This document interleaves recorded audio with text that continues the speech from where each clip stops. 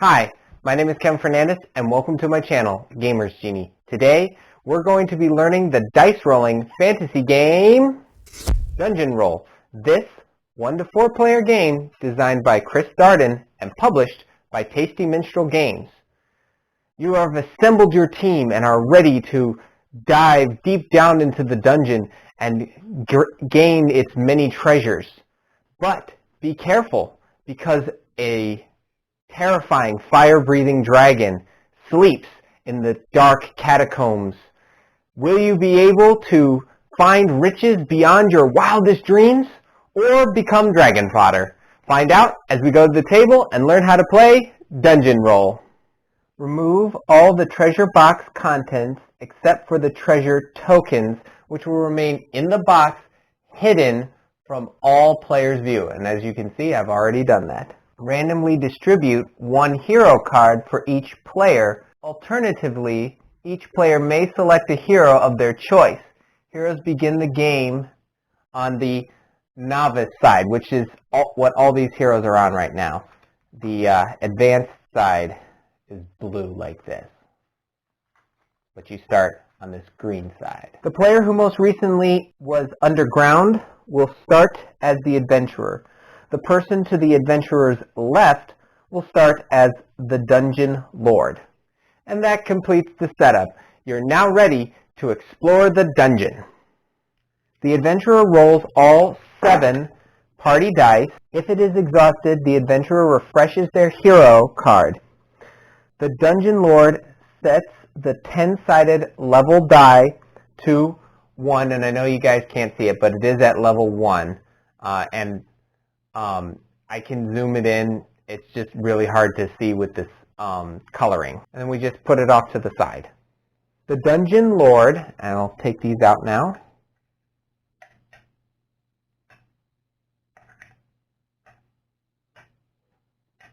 Rolls 1 dungeon die to populate the dungeon.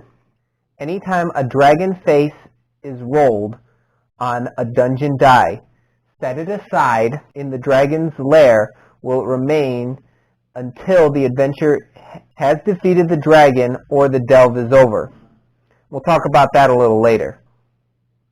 So we'll just take this and we'll move it down here where the dragon's lair will be. The adventurer's turn is divided into 4 phases. The first phase is the monster phase. The adventurer uses companions to defeat monsters. Only active party dice may be used.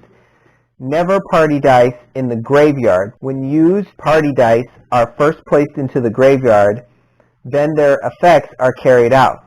Dungeon dice are returned to the available pool when defeated or discarded. So let's say we're at level 3. We already have 1 dragon in the lair. So we roll 3 dice. And we have 2 goblins and a potion.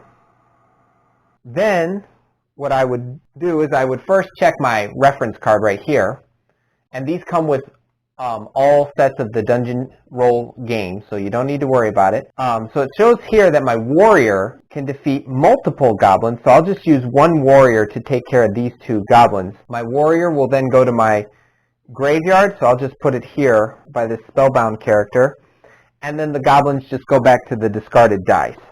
And I'll put that off camera. I'll put this over here so that way we know it's there. If the adventurer fails to defeat all monsters, then they must flee the dungeon.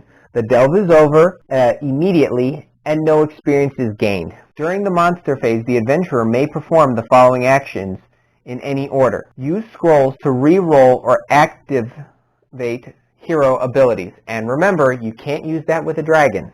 Each hero has both a novice side and a master side. That's this blue side that we showed you during setup. So you just flip it over there, and that remains as your party person. The novice side is identified by the wooden text backing, or like I said in the beginning of this video, green. The hero specialty can be used at any time. So this battle mage that evolved, he has a specialty. Fighters may be used as mages, and mages may be used as fighters, but it also has Arcane Fury, which will exhaust it, which is turned to their side, and I can discard all monsters, chests, potions, and dice in the dragon's lair if that's activated. And that is the ultimate ability that can be used only once per delve. When used, you turn the card on its side, like I showed you, to show that the ability has been used.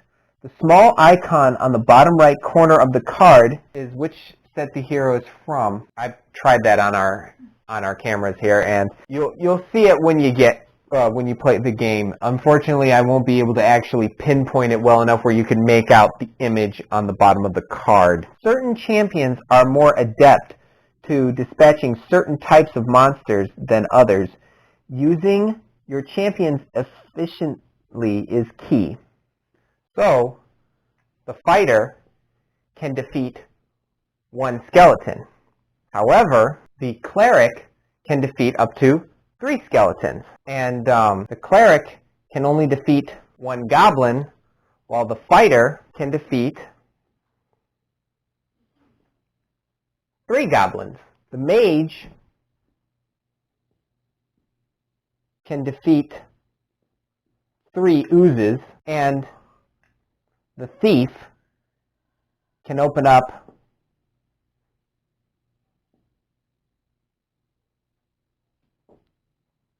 3 chests. Champion can defeat 3 of anything. So that's goblins, oozes,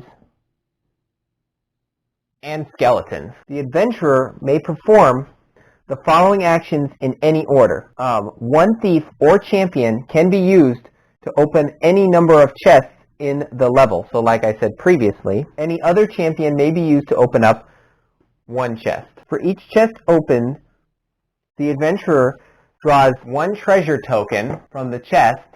I'll get a little closer so you can see it. If you're going to use a champion to keep opening chests, you can only use it to open 3 chests once. Any other champion will just open up 1 chest. So for each chest opened, the adventurer draws 1 treasure token from the box. In the rare case that no treasure tokens remain in the box, the adventurer receives 1 experience token instead. This is dragon food, so it's helped to defeat the dragon. So we'll just put this over by our card, and we'll reset him.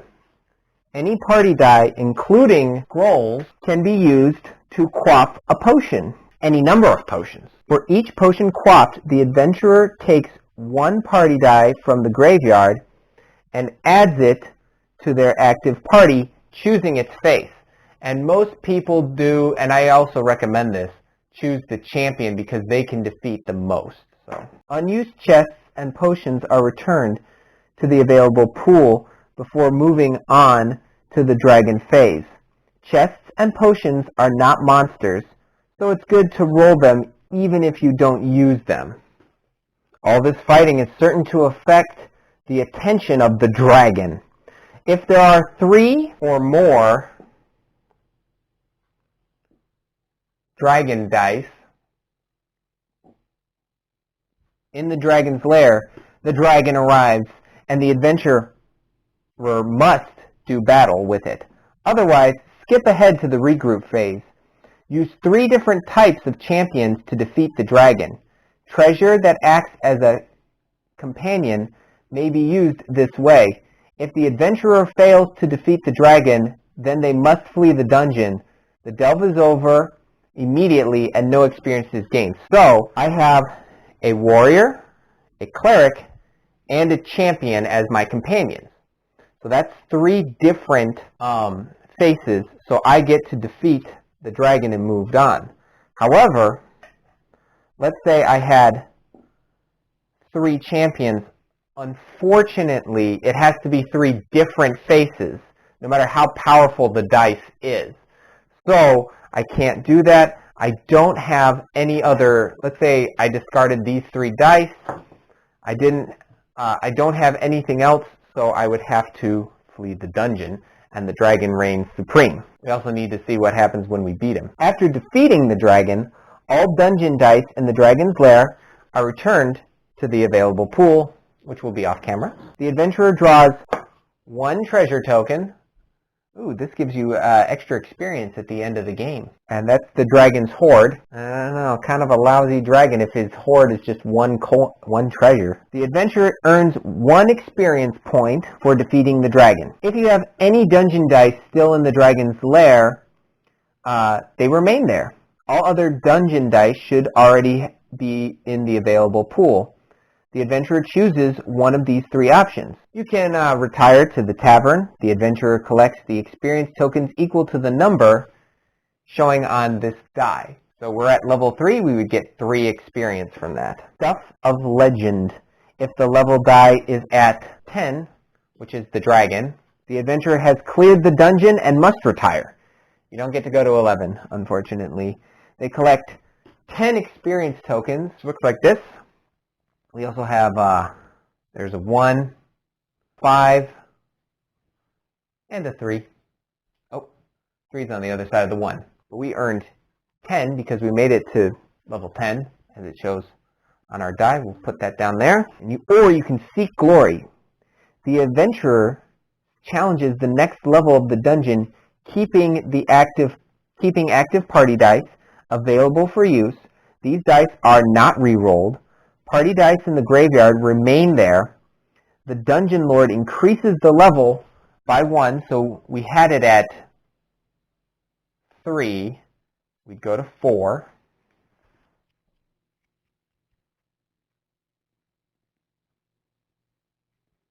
And then rolls the number of dungeon equal to the number shown on the level die. So we take that. 4 dice has been rolled. I'm going to try to keep everything in the shot.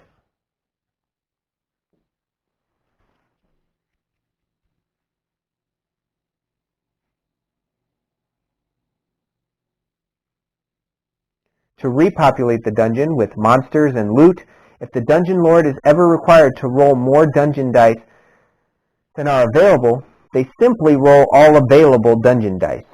Beware! Once the dungeon dice are rolled for the new level, the adventurer must defeat all the monsters and possibly the dragon, or they must flee, gaining no experience for this delve. There's no turning back once the dungeon dice are cast. And the delve is over. After the adventurer has retired or fled the dungeon, all party and dungeon dice are passed to the left. The dungeon lord becomes the new adventurer, and the player to their left takes up the role of the dungeon lord. The new adventurer forms their party dice, so like so. And I'll try to keep everything. And the new dungeon lord populates the dungeon, just like at the beginning of the game. So they roll 1 die because it's level 1. The game ends after each player has had 3 delves, so pretty quick. Unused treasure tokens are worth 1 experience, except the town portal, which is this one right here. This is the town portal, which is worth 2. Dragon scales are worth an additional 2 experience points for each pair of them in your possession. So this is worth nothing, but let me...